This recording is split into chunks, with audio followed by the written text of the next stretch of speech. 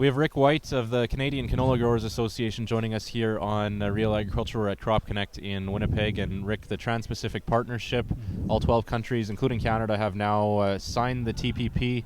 Where are things at when it comes to this big deal that we've been talking about now for quite a few years? Well, yeah, I guess all the trade ministers were in Auckland, New Zealand. They all signed it. Our new trade minister, Freeland, was there for the signing as well. So that was all good news. And but that is also only the first step to implementing this deal. What those countries now need to do is come back home to the domestic legislatures and ratify the bill. And so that's what we want our government to do now, is begin the process of ratification as soon as possible. So there's a 2-year window for everybody to pass it? Yeah, there is a two-year window. It can come into effect earlier if 85% of the original 12 countries representing 85% of the GDP sign and ratify. It can come into effect a little earlier, but that would require both Japan and the U.S.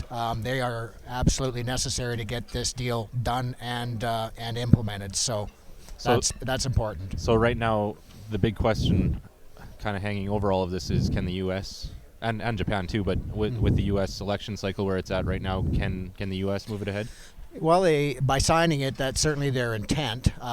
Politically, I guess we'll just have to see how the process goes. I'm not an expert on U.S. politics, of course, but we're confident that there's enough benefits there for them, that they signed the deal, they intend to pass it. They just have to go through the political process now. The president still has trade promotion authority currently, and so they got to get the deal done before that expires. But from a Canadian perspective, we shouldn't sit back and wait to ratify. We should go ahead and be a leader in this, ratify first, and the other countries will come along. So in the U.S., that would have to happen though before Obama's done his term? Yeah, that would be my understanding of how that would the highest that would likelihood of chance of passing. Okay. Right. Yeah. So, what are you hearing from our new Canadian government in terms of their perspective on it?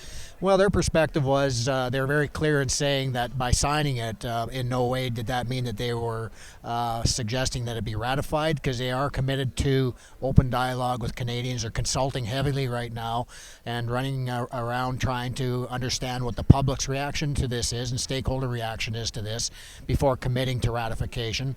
Of course, we've been in this deal, in the makings of this deal, for quite a while now, so it should be no surprise to Canadians. However, the government wants to consult first. So, do you think at the end of the day they have can they actually not be part of it? Is that an option for them?